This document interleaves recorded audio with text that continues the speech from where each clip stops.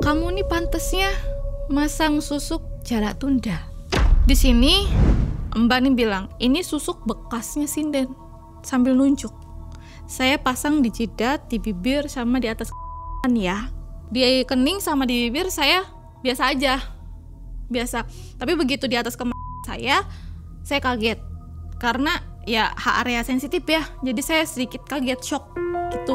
Sedikit shock. Saya gitu, gak apa-apa. Mbah bilang kayak gitu. Ditepuk, dibisikin, besok kaya raya. Nah setelah saya pasang susuk, kehidupan saya di Batam, saya bisa memiliki apa yang saya gak punya jadi punya. Saya ngelihat ada sosok sinden. Sindennya ini ngelihat saya tuh tajam banget. Kayak orang marah, saya gak bisa gerak. Kaki saya gak bisa digerakin, lemes. Karena dunia LC itu persaingannya luar biasa sekali. Gimana kalau pakai susuk tapi dipergunakannya di pekerjaan biasa ya? Pengaruh nggak? Di dunia malam yang penuh persaingan sengit, wanita cantik rupawan bersolek dengan genit. Ritual sesat sering ditempuh demi jadi pilihan dari pria hidung belang yang mencari kepuasan. Jarum goib ditanam dengan mantra-mantra, membuat kecantikan jadi daya pengasihnya.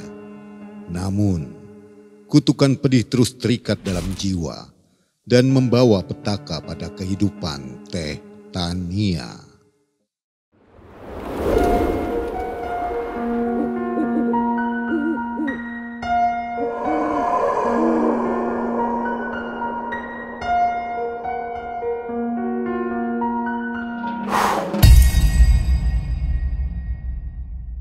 Assalamualaikum warahmatullahi wabarakatuh. Waalaikumsalam warahmatullahi wabarakatuh. Selamat malam juga sobat Malam Mencekam yang ada di rumah, ada di tempat tongkrongan juga ya. Mudah-mudahan semua selalu sehat dan rezekinya juga melimpah. Sobat, hari ini sudah ada narasumber yang disiapkan oleh tim kami. Namanya Teh Tania ini. Iya. Apa kabar Teh Tania? Alhamdulillah baik. Terima kasih sudah mau berbagi kisah dan menyempatkan waktunya di Malam Mencekam ya. Ya. Jadi sobat, Teh Tania ini mau curhat di Malam Mencekam, tapi nggak mau pakai masker katanya. Iya, nggak apa-apa. Kenapa? Kok berani nih? Kalau menurut saya kisahnya serem gitu ya. Nggak takut dampaknya di lingkungan? Nggak. Itu untuk pembelajaran orang di lingkungan luar aja, biar Yakin, tidak ya? terjadi dengan saya. Oke, nah luar biasa sekali dan terima kasih begitu. Mbak Tania, apa kegiatannya sekarang? Sekarang kerja sih. Sudah kerja? Kerja. Dan punya putra berapa? Satu. Satu ya? Suami satu juga? Ya, satu aja. Satu aja ya? Oke, baik. Ini kisahnya terjadi tahun 2018. Betul sekali. Ketika Teh Tania ini menjadi tulang punggung dan akhirnya harus mendapatkan uang yang banyak begitu ya. Iya. Dan melakukan hal yang kurang terpuji. Gitu ya? Iya, betul. Sobat semua sudah siap belum rokoknya, cemilannya? Karena kisah ini panjang ya. Jadi jangan kemana-mana, jangan skip videonya. Malam Mencekam. Semakin malam semakin mencekam. Ini dia Teh Tania.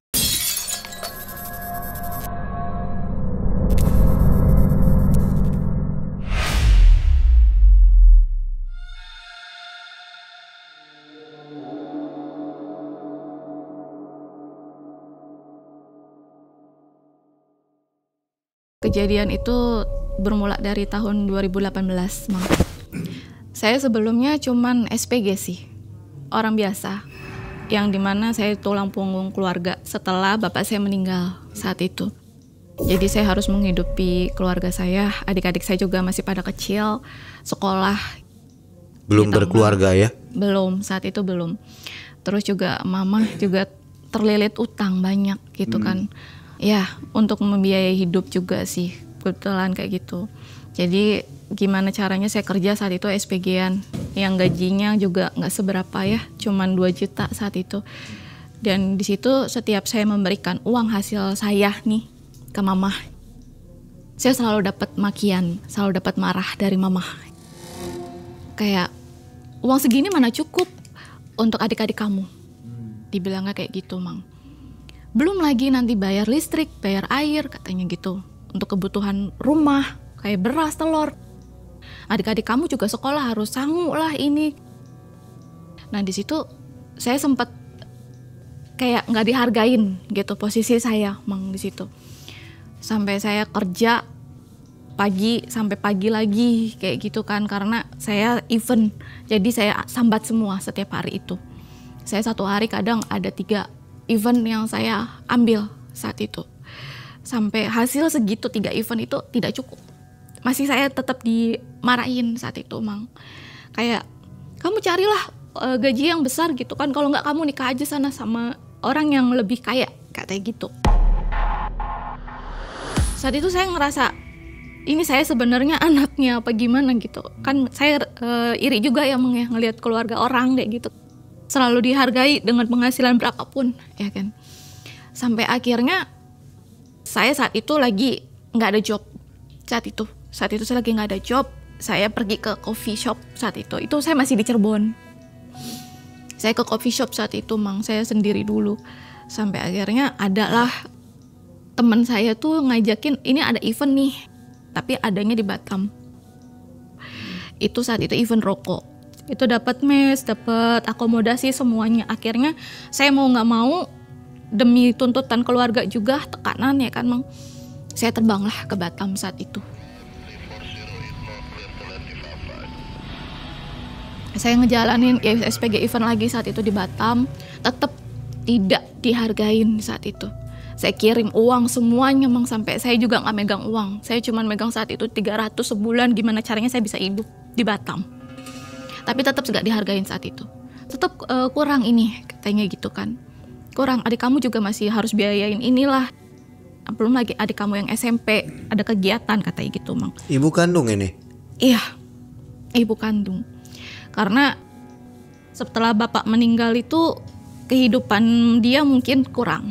Karena waktu ada bapak, dia selalu dicukupin. Saat itu saya karena frustasi ya, Mang, ya, tekanan dari keluarga nih, frustasi karena tekanan keluarga, akhirnya saya mainlah. Saya nongkrong-nongkrong aja. Saya sendiri aja gitu, jalan-jalan. Kebetulan pas di situ ketemu teman SMA saya, Mang. Dia nyapa saya sih, Tania, katanya gitu. Terus ya saya karena sudah lama tidak bertemu dengan dia, ya kan, nama yang saya samarkan ini udah disamarkan ya, Mang, ya. Jadi pas saya ketemu, saya akhirnya bercerita saat itu sama si Tiwi ini, teman saya. Dia nanya, Tania, lu sekarang kerjanya di mana? Katanya gitu. Kalau ada di Batam, kerja apa? Nah di situ saya cerita lah, saya cuman SPG kok, gituin. Saya cuma lagi ngejalanin event-event aja di sini, lagi jalan event rokok, gituin kan. Gimana keluarga lu, nyokap lu, masih neken lu? Karena dari SMA dia yang lebih tahu, kayak gitu. Saya cerita ke dia, tetap nggak dihargain sama sekali. Penghasilan saya di sini juga nggak dihargain. Saya disuruh mencari uang yang lebih banyak lagi karena utangnya juga udah lebih dari 50 juta. Di situ si Tiwi juga menceritakan, gimana kalau misalkan lu ikut gue aja, Tan. Gue kerja nih, tapi gue bisa beli semua yang gue mau. Gue bisa biayain adik gue sampai kuliah, kata Tiwi kayak gitu. Terus juga kehidupan nyokap, bokap semua aman di sana, katanya gitu kan. Gue juga di sini aman aja kok. Gue udah bisa beli mobil, katanya gitu. Tabungan gue juga udah banyak, kayak gitu. Terus di situ nolak sih, Mang, tawaran itu, karena emang saya tahu kerja dia itu apa. Dia pernah cerita sebelumnya dia ke Batam waktu itu cuman jadi LC, maaf ya, jadi LC kayak gitu. Saya tolak karena niat saya itu kan kerja untuk keluarga, untuk yang halal gitu. Kerja kan. malam ya? Iya. Akhirnya saya pulang lah dari situ ke kosan.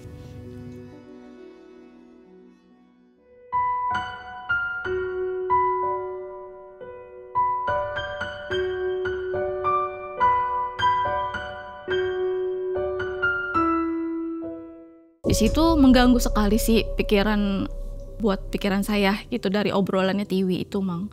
mengganggu sekali. Kayak aduh, terima nggak ya? Karena saya juga merasa ditekan juga sih sama mama. Tiap hari dia telepon, kamu ada nggak uang 2 juta? Jadi begitu, ini udah ada yang nagih, katanya gitu. Sedangkan kalau gaji SPG itu kan sistemnya begitu kita selesai job, selesai kontrak, ya baru cair, ya kan. Sedangkan mama mintanya tiap hari gitu loh. Kayak sehari, kamu ada nggak 2 juta? Kirimlah gitu kan. Ini udah ada yang nagih nih, adik-adik kamu juga harus bayaran. Di situ saya kayak sempit, saya sendiri emang. Di situ saya sendiri, saya nggak ada keluh kesah, saya nggak punya kakak, ya kan. Saudara-saudara saya juga udah tutup mata semua tentang kehidupan keluarga saya gitu. Akhirnya di situ saya terganggu sekali, jujur terganggu sekali, kayak terima nggak ya, masuk nggak ya, gitu loh. Sampai akhirnya 2 hari kemudian si Tiwi itu datang ke kosan saya. Katanya, Tania, gimana? Lo mau ikut gue nggak? Terus di situ saya tetap nolak saat itu, Mang. Sorry Wi, nggak bisa, gue nggak berani, karena dari awalnya gue nggak ada di dunia itu, gue nggak pernah nginjekin kaki gue di dunia malam, gituin Mang. Di sini gue kerja niatnya gue untuk keluarga yang halal, kayak gitu. Di situ Tiwi bilang, lalu kerja halal aja lu nggak pernah dihargain kok, gitu. Ya terus lu mau dapat duit dari mana sebanyak itu? Kata Tiwi kayak gitu. Sedangkan gaji SPG aja gak cukup lah, katanya gitu. Sebulan aja gak nyampe. Di situ kayak gimana ya Wi? Di situ ternyunyuh lagi hati saya tuh. Sedih sih sebenarnya gitu kan. Di situ posisinya saya bilang ke Tiwi, iya nanti saya pikirkan lagi Wi, karena ini butuh pemikiran yang sangat matang untuk saya melangkah. Ya udah, nanti kabarin aja ya. Lu tinggal masuk aja kok, katanya gitu si Tiwi. Akhirnya Tiwi pulang, saat itu saya malam itu saya ditelepon lagi sama mama. Saya dapat kata-kata yang gak enak saat itu. Situ mau marah-marah. Kamu tuh bisa gak sih, nyanggupin gak sih hidupin keluarga? Jadi kakak pertama tuh untuk adik-adik kamu tuh, kamu sanggup gak sih? Gitu. Kamu tahu gak, kamu di sana enak-enak aja, katanya gitu kan. Kamu di Batam enak-enak aja, hidup enak, makan enak. Sedangkan keluarga di sini, mama, adik-adik mau makan aja sampai bingung, katanya gitu kan. Di sini udah banyak yang nagih. Kamu kalau misalkan emang nggak bisa, katanya gitu, ya udah mending kamu mati aja. Di situ saya langsung tek di hati, ya kan, kayak harus gimana. Akhirnya mau nggak mau Mang, malam itu juga itu saya telepon Tiwi. Wi, bisa nggak ke rumah? Kenapa? Nggak apa-apa, ke rumah aja. Nah situ ke kosan lah si Tiwi, ya kan? Si Tiwi ke kosan. Kenapa? Jadi berubah pikiran, kata Tiwi. Iya deh, gue coba. Berat hati banget Mang. Untuk ngomong kayak gitu tuh sangat berat. Karena perlawanan antara otak dan hati ya. Akhirnya ya udah deh, cobalah Wi. Malam itu juga Tiwi nyuruh saya ikut Mang ke tempat kerjanya saat itu di Batam. Saya bilang saya nggak punya baju-baju kayak kamu yang seksi-seksi. Aman itu, katanya. Ikut aja dulu. Ya udah, akhirnya ketemu sama Mami, salah satu di karaoke itu. Saya ketemu di situ. Saya salaman Mang. Terus siapa nih Wi? Cantik juga, Mami bilang gitu saat itu. Iya Mi, ini temen dari Cirebon, katanya. Dia mau ikut gabung Mi. Oh boleh, siapa namanya? Saya jawab Tania. Oh boleh. Di situ saya langsung suruh ikut Mami di satu ruangan. Mami bilang, dulunya Elsie di mana? Saya bilang saya nggak ada Mi, saya nggak ada pengalaman di dunia Elsie. Saya SPG-an aja, saya baru terjun, gituin. Kamu yakin? Mami bilang kayak gitu. Iya Mi. Ya udah, saat itu Mami langsung menyediakan baju kostum untuk saya saat itu. Saya di situ langsung di make up, di grooming saat itu. Saya di situ langsung diperkenalkan ke semua teman-teman Elsie di satu ruangan yang perkumpulan Elsie semua Mang di situ. Saya ngelihatnya kaget, sempet shock ngelihat mereka gitu kan, karena saya nggak pernah ada di dunia itu kan. Terus saya masuk, saya sempet bingung, shock juga, insecure gitu. Insecure ngeliat mereka yang cantik-cantik, yang luar biasa banget menurut saya. Di situ mami bilang, ini ada anak baru nih teman-teman kalian, namanya Tania. Akhirnya kita malam itu ada showing, mami, yuk showing yuk, sekalian Tania ikut. Ya udah, saya ikut showing tuh Mang. Saya ikut showing, saya dijajarin di situ di ruangan karaoke itu. Di situ banyak klien-kliennya mami, kita di situ. Dari sekian 15 LC yang disanding di situ, cuman saya saat itu yang gak dipilih.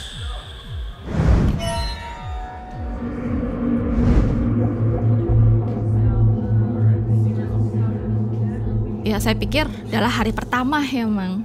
Hari pertama gak apa-apa lah kayak gitu. Pas sudah makin lama, udah jalan 2 minggu, saat itu kok pendapatan saya lebih kecil.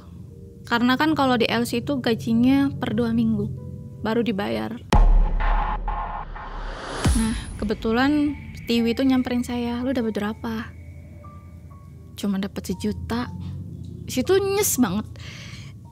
Aku aja yang event cuma 2 juta itu dimakinya bisa-bisan Mang. Apalagi yang 1 juta. Jujur saya nggak berani nih ngasih ke mama. Takut mau omongan apa lagi yang saya terima. Sempet bingung sih. Terus Tiwi bilang, gak apa-apa, katanya gitu kan sambil megang ini saya. Gak apa-apa, hari pertama 2 minggu mah gak apa-apa gitu, gaji pertama, semangat katanya gitu. Ya udah saya coba lagi saat itu. Saya coba masuk lagi, tetap tidak ada perkembangan selama 1 bulan itu. 2 kali gaji, gak ada perkembangan. Yang lain dapat 5 juta, 8 juta. Saya cuma 1 juta, mentok-mentok 2 juta Mang. Cukup apa? Saya frustasi, apa udah aja, cabut aja ya.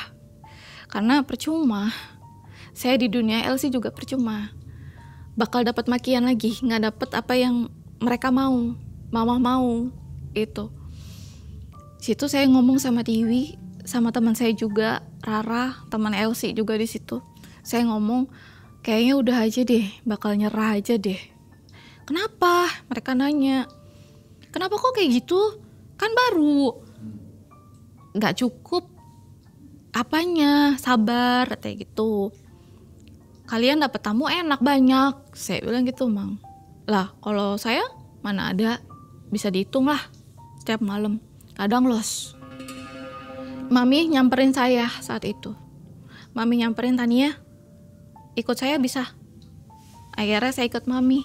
Diajak ngobrol berdua lagi saat itu.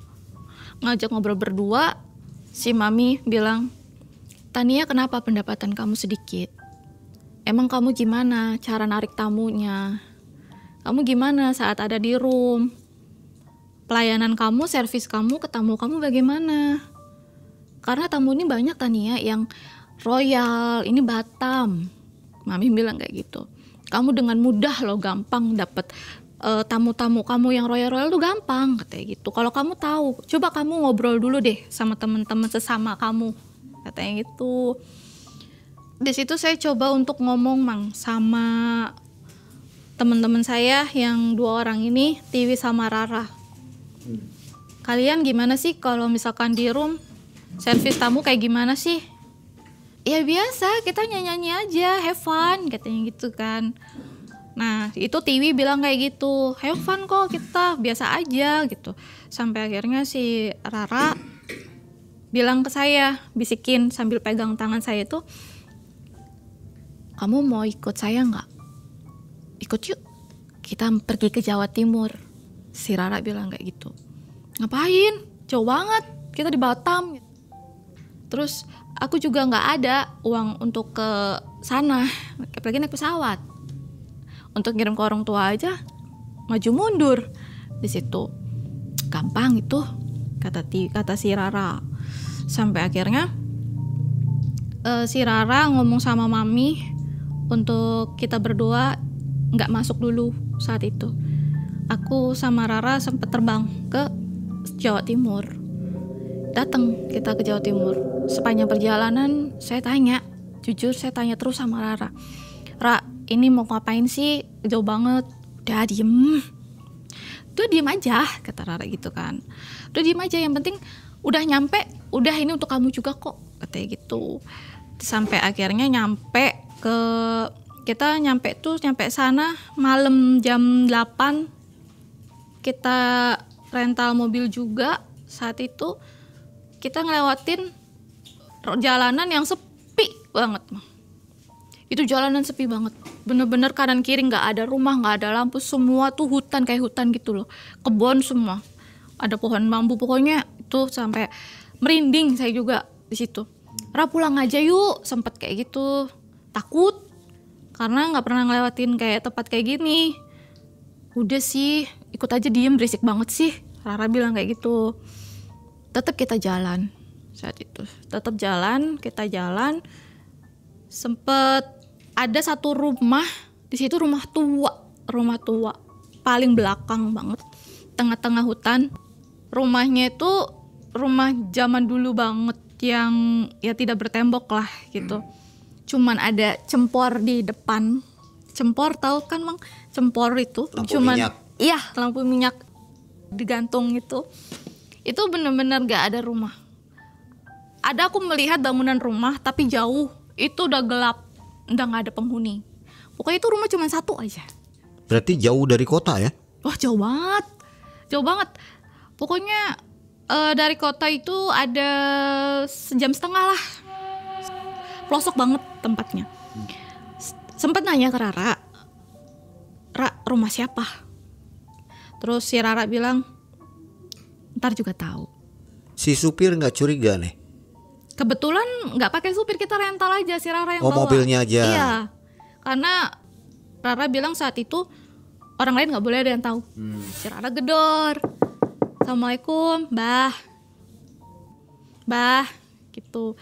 Terus dibuka, keluar nenek-nenek, udah tua banget. Cuman saya ngelihatnya merinding ya, ngelihatnya beda. Hawanya tuh beda gitu. Situ masuk, kita langsung duduk di tengah. Si Rara cuman ngomong ke nenek ini, "Nek, mau masang lagi." Gitu. Mau masang di mana? Di area kemaluan aja. Si Rara bilang gitu. Rara mau nambah, ternyata si Rara udah pernah. Saya nanya, "Masang apa, Ra?" Susuk. Kaget dong Mang, saya yang nggak pernah berinteraksi hal-hal kayak gitu loh, kaget. Terus, iya, ini Nek teman saya satu tempat kerja, namanya Tania. Nenek itu natap saya tuh tajam banget, kayak nerawang. Tapi dia ngomongnya gini, "Kamu nih pantesnya masang susuk jalak tunda." Apa itu susuk jalak tunda? Tuh, susuk jalak tunda itu bekasnya sinden, saya ambil. Jadi semuanya nanti kamu pakai bekas sinden. Gitu Mang. Itu nanti kamu bisa kaya raya pakai itu. Saya bilang ke Rara, "Gimana Ra?" Takut Mang. Saya takut di situ karena nggak pernah. Terus, ya nggak apa-apa, lu pasang aja. Harusnya berapa Mbah? Gitu kan. Terus si Mbak ini jawab 3. Saya ngelihat anak ini harus masang 3. Di kening, di bibir, sama di atas kemaluan. Di situ. Berapa itu satunya? Saya nanya. Terus akhirnya si Mbak ini bilang, satunya 3 juta, lebih mahal dari punya Rara. Mbah itu bilang, "Kok lebih mahal Mbah?" Si Rara bilang kayak gitu. "Iya, ini cocok untuk anak ini, beda sama kamu." Si Mbah ini bilang kayak gitu. Sampai akhirnya saya bilang ke Rara, "Aduh Ra, kalau satu 3 juta saya harus masang 3, total 9 juta. Saya aja nggak ada uang sebanyak itu gitu loh. Saya kesini naik pesawat itu juga kan dari kamu, Ra, coveran kamu gitu loh. Udahlah aman aja, si Rara ngoel saya gitu. Udah aman aja pakai uang saya dulu kalau kamunya mau. Nanti bayarnya gampang lah, saya ngomong ke mami. Gaji kamu saya potong aja. Emang beneran gak apa-apa, Ra? Gak apa-apa. Kamu mau dapat banyak tamu kan? Iya, ya udah pasang aja. Di situ tanpa mikir panjang, ya kan? Saya mengiyakan. Ya udah Mbah, mau. Karena posisinya malam itu pas di malam Jumat Kliwon. Saya datang ke sana. Ya sudah, nanti jam 12 malam baru kita ritual.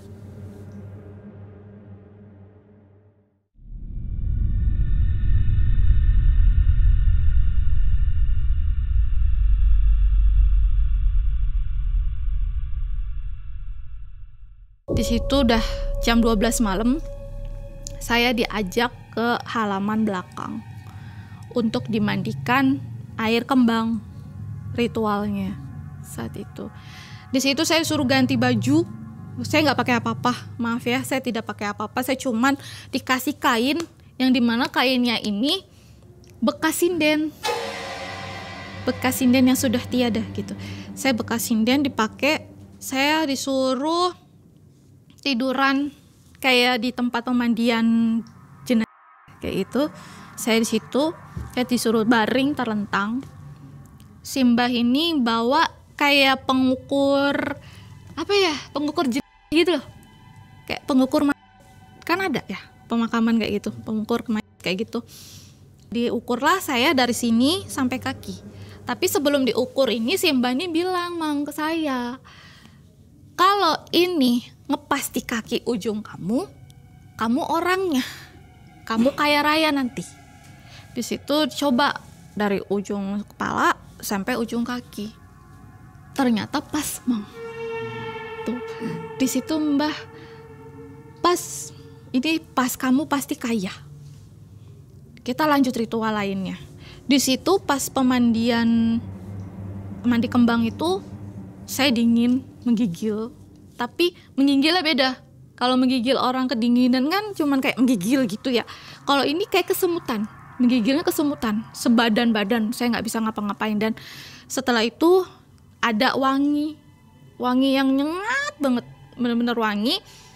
Dan setelah proses pemandian itu, saya ngelihat ada sosok sinden di depan saya. Depan saya itu kan kayak kebun ya. Kebun-kebun gitu. Di situ ada sinden, Mang. Sindennya cantik banget. Cantik, bersih gitu. Anggun sekali. Saya baru pertama kali ngeliat sinden. Pakai kostum apa ya? Kostumnya kostum sinden, cuman pakai kayak kemben gitu. Terus di sininya ada selendang juga kayak gitu. Nah, di situ dia berdiri. Cantik banget, Mai. Kayak putih, posisinya putih, berdiri, anggun, cerah aja. Terus tapi di situ saya takut. Justru saya takut karena dia berdiri itu pas di depan saya, ngeliatin saya gitu. Saya di situ posisi gak bisa teriak, gak bisa ngapa-ngapain, mengekspresikan saya takut tuh gak bisa. Karena udah aja gak bisa bergerak karena kesemutan.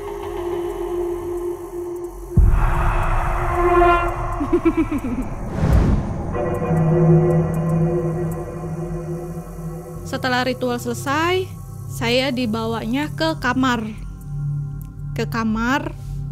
si Mbah. Ke kamar si Mbah ini saya dibawa ke kamar si Mbah dengan saya masih pakai kain sinden itu. Saya disuruh duduk di tengah saat itu. Di sini ada sesajen. Saya duduk di tengah situ. Si Mbah ini ngelilingin saya. Ngelilingin sambil bawa menyan, tapi Mbak ini nggak diem mulutnya, nyinden. Dia nyinden. Di situ pas Mbak nyinden itu saya ngelihat lagi sosok yang sama. Sinden itu ada di situ, tapi dia nari.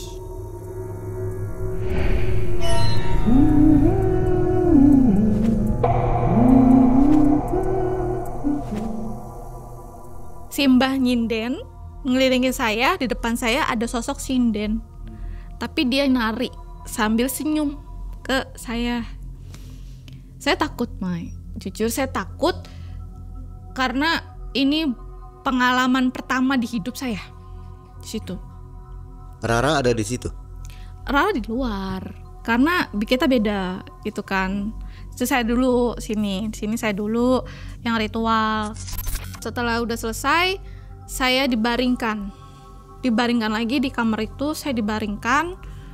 Si Mbak ini mengambil susuknya itu kecil, Mang, segini, kayak emas gitu, kayak 1 sentian lah emasnya nih. Di sini Mbak ini bilang, ini susuk bekasnya sinden, sambil nunjuk. Saya pasang di jidat, di bibir, sama di atas kemaluan ya, katanya gitu. Saya dibaringkan, di situ saya dipasangkan sini, pasangkan sini, dia neken, tapi langsung tek gitu, hilang.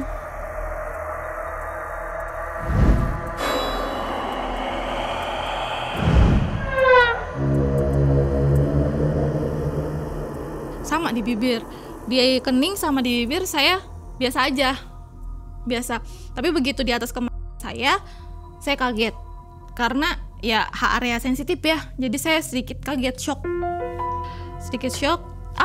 saya gitu, nggak apa-apa, Mbah bilang kayak gitu. Setelah selesai, Mbah bilang, sudah ya, sudah dipasangkan semua, coba duduk. Nah, saya duduk lagi saat itu. Setelah pemasangan saya duduk lagi, ditepuklah saya sama Mbah saat itu. Ditepuk, dibisikin, besok kaya raya. Nah, setelah itu saya keluar dengan pakaian saya yang awal, saya keluar. Berikutnya si Rara yang masuk. Setelah ritual Rara selesai, kita ngobrol lagi di ruang tengah itu. Si Mbak bilang, untuk Tania, yang dilarangnya, dipantangnya itu ada beberapa yang harus dijauhkan, dipantang, bener-bener pantang. Apa itu, Mbah? Yang pertama, tidak boleh melewati jemuran. Yang kedua, tidak boleh membuka tuh. Yang ketiga, tidak boleh makan pisang yang kecil, yang warna kuning. Terus yang keempat, tidak boleh memakan durian. Dan yang terakhir, tidak boleh melakukan hubungan yang sakral, kayak lamaran, tunangan, nikah, gitu nggak boleh. Itu dilarang banget. Sedangkan banyak dari situ adalah satu yang saya suka. Makanan itu yang harus saya jauhin, tapi saya suka. Susah sebenarnya. Cuman mau gimana? Tuntutan, balik lagi ke tuntutan keluarga. Udah selesai ritual apa segala macem, kita balik lagi. Malam itu juga kita langsung balik ke Batam. Setelah di perjalanan itu, saya bilang ke Rara, ini aman. Asal kamu jangan pernah memakan yang dipantang, kata Rara gitu. Ya udah deh gitu. Jadi sempet kayak aman nggak ya? Efeknya gimana ya? Gitu loh, Mang. Karena baru pertama kali saya memasang susuk. Setelah nyampe Batam, 2 hari setelahnya saya sama Rara masuk lagi ke kerja, ke dunia itu. Cuman bedanya drastis sama sebelum saya masang. Sebelum saya masang, saya baru nyampe lobi aja nih, udah biasa aja mereka, cuma ngeliat gitu. Tapi setelah saya masang, saya baru turun dari mobil aja, dari mobil, kan Mami tuh ada antar jemput. Mami tuh punya antar jemput gitu loh, Mang. Saya baru turun dari mobil aja, itu security depan itu udah ngeliat tuh beda, kayak terpesona, kayak wah gitu. Ya saya ngelihatnya jadi kayak oke nih gitu, dari security aja ngeliatnya udah beda ya kan. Terus di situ kasir, ada klien juga kebetulan di lobi, itu mereka ngeliatin gimana sih orang kayak terpesona gitu.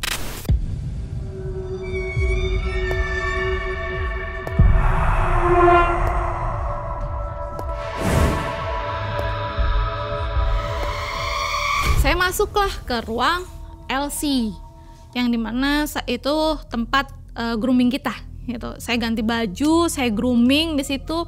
Mami dateng masuk ke ruangan kita. Tania, udah ready belum? Mami bilang gitu. Belum nih, kenapa? Saya kasih waktu 15 menit lagi karena ada klien di room yang minta kamu. Di situ kaget Mang. Loh, baru juga nyampe. Ya kan, baru nyampe kok sudah ada nih, gimana ya? Akhirnya ya sudah, terus Rara bilang udah cepet sana, katanya gitu. Kira saya temuin lah klien itu tanpa showing. Biasanya kan showing dulu, ini enggak. Begitu saya nyampe, Mami datang minta saya untuk ke room tanpa ikut showing. Di situ saya bekerja seperti biasa. Gak tahu kenapa itu drastis banget. Yang biasa saya gak pernah dapat saweran, gak pernah. Paling dapat rokok lah gitu. Tapi saya gak pernah dapat saweran nih, gak pernah. Begitu saya setelah masang, saya masuk ke ruang room itu, saya nemenin kliennya Mami, itu sawerannya jor-joran, jor-joran itu. Saya di situ saweran aja dapat sekitar 1,5 saweran aja. Belum tipsnya saya setelah itu. Tuh. Di situ akhirnya kliennya Mami ini jadi pelanggan tetap saya. Setiap malam dia datang, Tania dong gitu. Tapi setelah itu dia minta kontak saya untuk berhubungan di luar jam kerja. Ya karena saya mikir dia klien royal saya ya emang ya. Saya juga udah deh sama klien sama tamu nih, saya gak mau kehilangan tamu yang jor-joran yang luar biasa gitu. Akhirnya saya kasihlah kontak saya, kita tukeran nih kontak. Nah dia nelpon saya saat itu, Tania bisa gak kita ketemu makan siang besok harinya tuh Mang. Saya ditelepon. Terus saya bilang boleh, saya temuin, dijemputlah saya di kosan pakai mobil. Kita makan siang, ngobrol-ngobrol. Dia nanya, Tania sudah lama kerja di dunia LC? Lumayan. Saya bilang kayak gitu, Mang. Kenapa, Mas? Itu namanya Mas Joy. Yang klien saya ini namanya Mas Joy. Oh, nggak apa-apa. Kok saya kayak seneng banget ya sama kamu, nyambung ngobrolnya. Semua juga bisa kok ngobrol nyambung. Tapi enggak, ini beda, kata Mas Joy. Saya kayak jatuh hati nih gitu. Di situ dia beberapa kali bilang dia suka sama saya. Tapi kan karena ada larangan, saya tidak boleh berhubungan dengan siapapun, apalagi sakral. Itu saya nggak mau. Karena bagi saya dia ini cuma tamu untuk saya. Tidak bisa untuk lebih gitu. Kita setiap hari di luar jam kerja ini dia selalu telepon saya kayak, Tania makan yuk, Tania kita jalan-jalan yuk. Itu dia pernah ngajak jalan saya ke mall waktu itu. Semua apa yang saya minta diturutin, gak ada yang enggak. Semua diturutin. Sampai saat lagi jalan sama tamu saya pun kadang mama saya juga sempat ada nelpon gitu ya, minta uang, dikasih Mang. Detik itu juga. Jadi bener-bener royal Bang. Dia kayak ngeluarin uang tuh nggak ngelihat nominal, cor aja. Saya situ dibelanjain semau saya, situ saya dibelanjain. Setelah itu saya makan juga, terus kita berbincang lagi, ngobrol, ketawa-ketawa kayak gitu. Tania gimana? Mau nggak sama saya? Kata Mas Joy. Daripada kita kayak gini aja nih, kata gitu kan, nggak ada hubungan, kata gitu. Pasti Mas, gitu ya. Udah sih kita kayak gini aja, jalanin aja, saya bilang kayak gitu. Setelah hasil saya udah meluap yang luar biasa gitu, Akhirnya saya tidak lupa nih sama keluarga saya yang di Cirebon. Saya tutupin semuanya utang mama saya. Yang 50 juta saya tutupin. Saat itu saya terus juga adik-adik saya, alhamdulillah kehidupannya saya tercukupi. Bisa dibilang tercukupi gitu. Tapi di situ masih tetap saya dalam tekanan. Kayak dikit-dikit mama, uang dong. Karena mikirnya saya banyak uang itu. Nah setelah itu, setelah saya pasang susuk, kehidupan saya di Batam drastis berubah. Saya bisa memiliki apa yang saya nggak punya jadi punya, yang saya mau, jadi ada gitu, jadi ada wujudnya gitu. Ditambah datanglah si Mas Joy. Akhirnya saya makin deres aja nih duit, ya kan.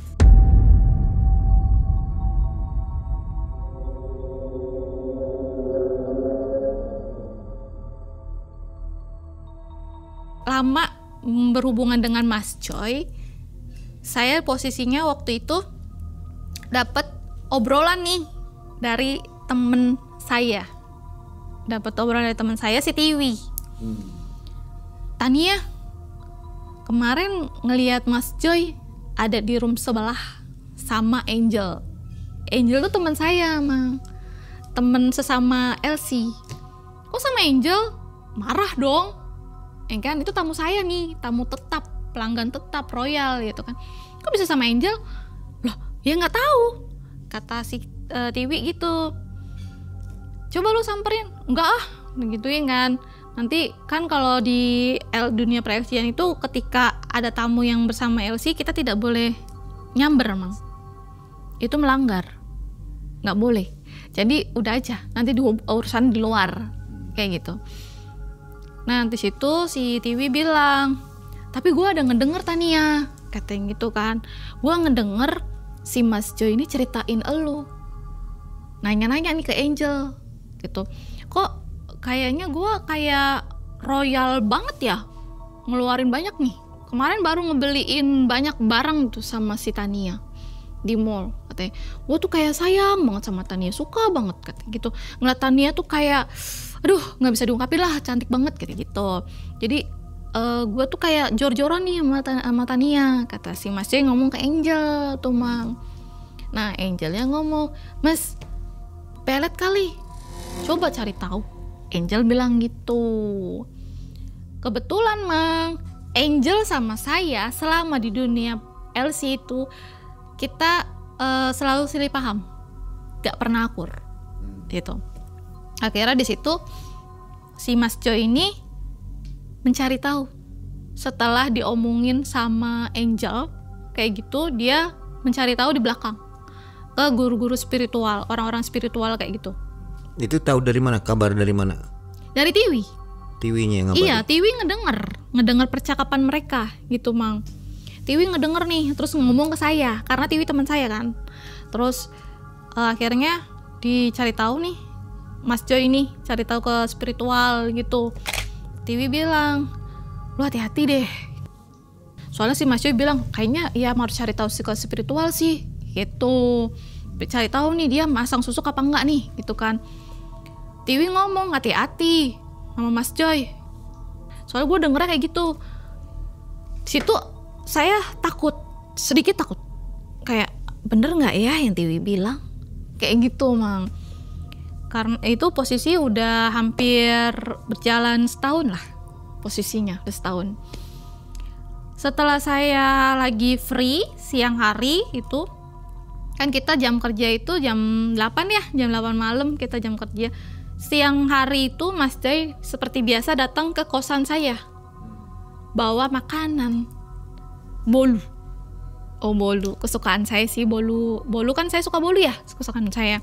Bawa, Tania, nih makanlah dulu di situ. Duh enggak lah Mas, masih kenyang baru makan. Coba makan dulu, orang hargain, digituin. Ya saya kan mikir ya udahlah ngehargain ya, takutnya dia tersinggung, jadinya nggak mau sama saya lagi, mikir saya kan gitu, Mang. Terus ya sudah, situ saya makan tanpa saya lihat, saya makan aja sudah. Setelah makan, itu kan gak habis nih. Setelah saya makan, kok badan saya gak enak. Badan saya gak enak di situ. Udah mulai gak enak. Kayak demam, kayak orang demam, meriang. Tapi gak panas badan saya, Mang. Gak panas sama sekali.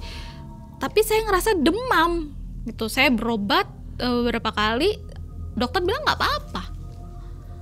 Setelah beberapa hari kemudian makin parah di situ. Saya nggak bisa gerak, kaki saya nggak bisa digerakin, lemes. Jalan pun nggak bisa. Badan saya semua gemeter, kayak orang setip. Kan nggak mungkin. Sedangkan saya nggak ada, waktu kecil itu saya nggak pernah setip ya.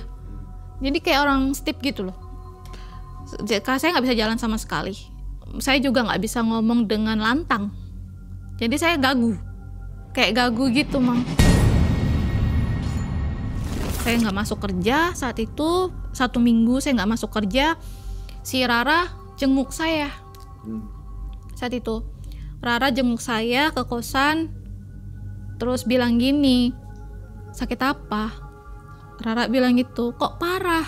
Rara ngelihat saya mukanya tua banget. Kok muka lu tua banget? Digituin. Kok muka lu kayak nenek-nenek? Si Rara bilang gitu. Lu makan apa? Makan apa ya? Mikir dok. Terus ini aku ngechat nih, ngetik kan di handphone. Kan gak bisa ngomong, gagu. Waktu itu berat banget ngomong.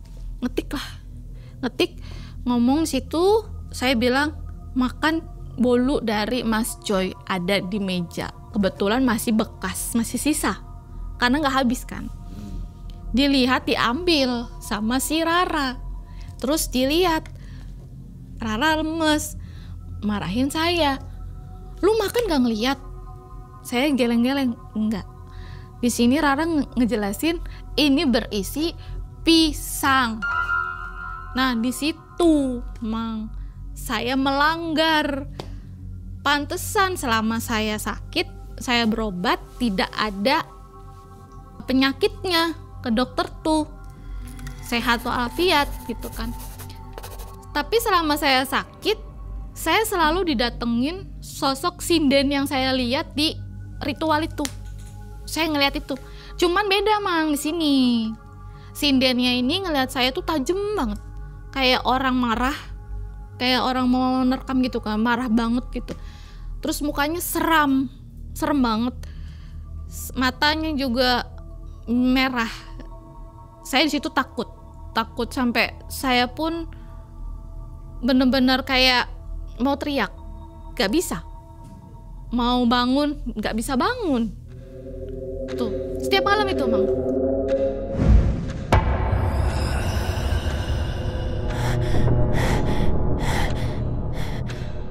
Saya tidur juga tetap masih selalu dihantuin kayak gitu. Karena melihat keadaan saya yang gak baik, akhirnya Rara bawa saya lagi ke Jawa Timur. Rara nge-backup semuanya, bawa saya ke Jawa Timur lagi ke Mbah yang masang susuk itu. Setelah sampai di rumah Mbah, ternyata Mbahnya udah gak ada, meninggal. Di situ cuman ada ajudannya, asisten. Nah di situ saya sempet patah semangat ya, pasrah gitu. Yang masangnya udah nggak ada, saya gimana? Ini gimana sakitnya saya, apa berkelanjutan, apa gimana? Di situ Rara menceritakan ke ajudannya kalau saya ini telah melanggar yang dipantang. Saya bilang, saya mau lepas aja susuknya. Saya sudah capek dan saya sudah tidak mau dihantui lagi. Saya bilang gitu. Sakitnya berapa lama? Sakitnya itu sekitar 1 bulan. Nah, terus sudah kayak gitu, saya bilang dicopot aja. Itu saya ngetik, Bang. Saya kasihkan. Saya bilang copot aja. Saya mau lepas. Saya nggak mau dihantuin lagi. Saya benar-benar ketakutan. Setiap malam, Mang, saya didatengin sinden itu tuh. Tiap malam. Ada aja yang jatuh kayak gitu, selalu diteror kayak gitu. Ada. Setiap malam itu saya ngalamin. Sampai saya mikir Saya kalau nggak dituntut kayak gini, saya nggak mau. Kalau dituntut sama keluarga, ditekan, saya juga nggak akan kayak gini gitu loh. Saya nggak akan terkaitan dengan setan-setan itu. Saya marah situ. Sampai ajudannya bilang, ya wis kalau mau dicabutlah. Di situ saya diritualin lagi, saya disindenin lagi. Waktu itu dikelilingin lagi, Mang. Nah, si ajudannya ini bawa selaput kelapa. Dia datengin saya. Terus selaput kelapa ini dia taruh di kening saya. Sambil dia tuh baca mantra tuh. Sambil baca mantra, selaput ini dia taruh di kening saya. Taruh di kening, terus ditarik. Jadi ininya selaput, tekan, dia tangannya tarik sini, cabut gitu. Itu saya pertama kali dicabut yang pertama, saya mencium aroma wangi lagi. Yang dimana saya pemasangan itu, saya mencium lagi itu. Nah di situ saya melihat lagi nih sosok-sosok yang kasat mata. Sinden itu saya lihat lagi, dia kayak ngikutin, Mang. Dia kayak ngikutin saya terus gitu. Akhirnya terus di bibir juga sama, tarik lagi kayak pakai selaput yang tadi. Kayak itu, terus juga di atas kemaluan juga dicabut lagi gitu. Setelah itu udah selesai, saya udah sedikit agak enakan nih. Badan saya sudah sedikit enakan. Mulut saya juga udah nggak begitu gagu. Perlahan saya sudah bisa sedikit-sedikit ngomong. Kayak pelan-pelan tapi sedikit-sedikit saya udah bisa ngomong kayak gitu. Di situ saya tidak melihat lagi sosok itu. Saat itu saya tidak melihat sosok itu lagi. Setelah ini, pas itu kita baliklah ke Batam. Kita balik lagi ke Batam. Nah selama perjalanan saya ngomong sama Rara, ini kira-kira kalau saya cabut susuknya nih, kehidupan saya ke depan gimana ya, Ra? Takutnya kan biasanya kalau kita mendapatkan uang yang tidak wajar, itu akan berbeda lagi ya. Setelah kita melakukan hidup normal itu semua normal lagi kan, Mang? Saya mikirnya gitu. Enggak, aman. Rara bilang kayak gitu. Semua normal kok, normal lagi. Cuman kalau lu mau masuk ke LSI lagi, dari nol lagi. Kayak gitu. Karena lu udah bersih. Lu udah gak ada susuk. Orang juga ngeliat lu udah normal. Kayak gitu, Mang. Saya bilang ke Rara lagi, nyampe Batam nih. Saya bilang lagi ke Rara, kira-kira sindennya juga bakal ngantuin saya lagi gak ya? Saya datengin lagi gak ya? Saya diteror lagi gak ya, Ra?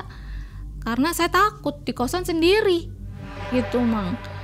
Nah, setelah itu Rara bilang, enggak lah, harusnya sih enggak, karena kan lu udah gak ada kaitan. Tapi kan gue udah ngelanggar, siapa tahu dia marah nih. Nah situ Rara bilang nenangin nih, enggak, kan lu udah lepas, udah gak pakai barang-barang dia lagi. Rara bilang gitu. Jadi udah hidup normal aja udah, kata Rara gitu, Mang. Nggak kerja lagi waktu itu? Kerja, setelah pulang dari Batam itu ngelamar-lamar lagi setelah 4 hari, 5 harian lah. Saya. Tapi nggak di tempat itu lagi? Nggak, saya normal lagi, kerja lagi, ngelamar-lamar gitu kan. Saya ngelamar-lamar ya kan. Tapi awal-awal sih ya biasalah orang ngelamar kan ada yang ditolak. Ke tempat yang seperti apa ngelamarnya? Saya ngelamar-lamar kantoran, SPG kayak gitu normal lagi, Mang. Diterima ya? Dapat? Awalnya belum, nggak mudah, nggak dapet. Sampai saya ada 5 kali, beberapa kali lah, lebih dari 5 kali itu saya ngelamar-lamar lagi, nggak ada yang mau. Sampai saya tuh mikir emang, aduh ini saya gimana kehidupan saya hidup saya aja selalu dari uang yang sisa-sisa gitu, tabungan-tabungan yang bekas LC. Itu kan saya nabung, Mang. Masih banyak lah, masih bilang cukup untuk menanggung hidup saya gitu. ini udah menipis tabungan ya kan Mang. Saya bingung, ini kerjaan juga saya belum dapet, kehidupan tetap berjalan, mama tetap nelponin aja. Itu saya makin stres tuh. Saya nggak mau berkaitan lagi sebenarnya, nggak mau. Saya coba terus ngelamar lagi, tetap ditolak.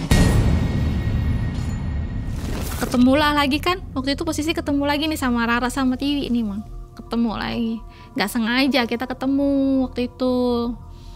Rara lagi makan sama Tiwi, saya kebetulan lagi nyari-nyari kerjaan di kafe itu. Nah, saya nyamperin mereka, saya nyapa, Rara, Tiwi. Nah, mereka udah lama nggak ketemu saya. Sini duduk Tania. Gimana hidup lo? Itu ditanyain, gimana hidup lo? Aman? Belum ada kerjaan. Belum dapat kerjaan, masih jadi pengangguran. Saya bilang gitu. Terus lu makan dari mana? Mereka nanya, dari sisa tabungan yang dari Mas Coy. Dibilang gitu. Kan gue juga nabung lah sedikit-sedikit. Terus gimana dong nyokap lo? Tiwi bilang gitu. Ya begitulah, jalanin aja. Ya mau telepon, mau minta uang ya kirim ya seadanya aja. Karena ya saya juga di sini harus hidup. Tanpa kerjaan kan gimana sih Mang? Ya kan? Saya situ kesel sih. Saya sempat capek ditekan Mang. Saya ada duit nggak ada duit tetap ditekan gitu, capek. Akhirnya di sini saya coba untuk terus ngelamar lagi di satu perusahaan kantoran yang dimana dia ngebuka lowongan itu admin kantor. Saya coba nekat, saya coba masuk situ lamaran, akhirnya dipanggil interview. Itu satu perusahaan, dari satu hari saya masukin 10 lamaran, satu doang yang nyangkut. Akhirnya saya diinterview saat itu. Saya ditanya pengalaman kerja saya apa, kayak gitu, saya domisili mana gitu kan. Terus udah saya interview, saya keterima di situ. Awalannya gajinya kecil karena belum UMR ya, bertahap kecil. Ya saya syukuri aja. Cuma saya ngomong ke mereka gitu, ke Tiwi, ke Rara gitu, kontekan. Ini gue udah dapet kerja kantor ini jadi admin, ini kira-kira gimana ya kehidupannya ke depan, karena kan gue udah lepas nih, takutnya ada sesuatu yang masih nyangkut di hidup gue gitu. Terus enggak kok, aman aja, udah jalanin aja, syukurin kayak gitu kata mereka Mang. Ya saya jalanin sesuai dengan yang mereka ini. 1 bulan saya terima gaji, aman, tidak ada kendala. Saya coba lagi, takutnya kedua bulan 3 bulan ada kendala yang masih berkaitan dengan hal mistis itu. Saya juga alhamdulillah sudah tidak pernah melihat sosok itu, cuman masih ada yang meneror gitu tiap malam. Kayak di kosan itu ada aja lah suara-suara. Nah Mbak Tania, kalau pesan untuk para penonton nih ya, lebih baik pakai susuk atau enggak? Ada saran nggak untuk penonton? Lebih baik sih nggak usah sih Mang, kalau nggak mau kayak saya. Karena kan kita nggak tahu ya, di luar itu beneran baik sama kita temen apa enggak, kan kita nggak tahu. Tapi kan duitnya banyak. Iya kita oke. Kita kalau misalkan masalah duit banyak nih, iya. Tapi kalau misalkan masalah untuk kehidupan kayaknya jangan deh. Karena kan musuh terdekat itu ya orang terdekat kita, lingkungan kerja kita. Karena dunia LC itu persaingannya luar biasa sekali. Gimana kalau pakai susuk tapi dipergunakannya di pekerjaan biasa ya, normal misalnya jadi admin, pengaruh nggak?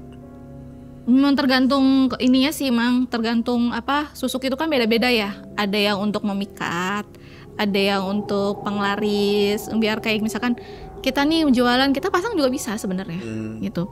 Itu bisa menggiring orang-orang kayak seperti sales gitu kan. Iya, jadi itu tertarik. Bisa juga ya. Bisa, itu bisa masuknya ke penglaris kayak gitu.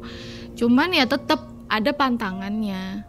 Takutnya orang terdekat yang tahu atau bagaimana kita hancur juga nanti kalau kita nggak bisa menjaga pantangan-pantangan itu. Kayak saya.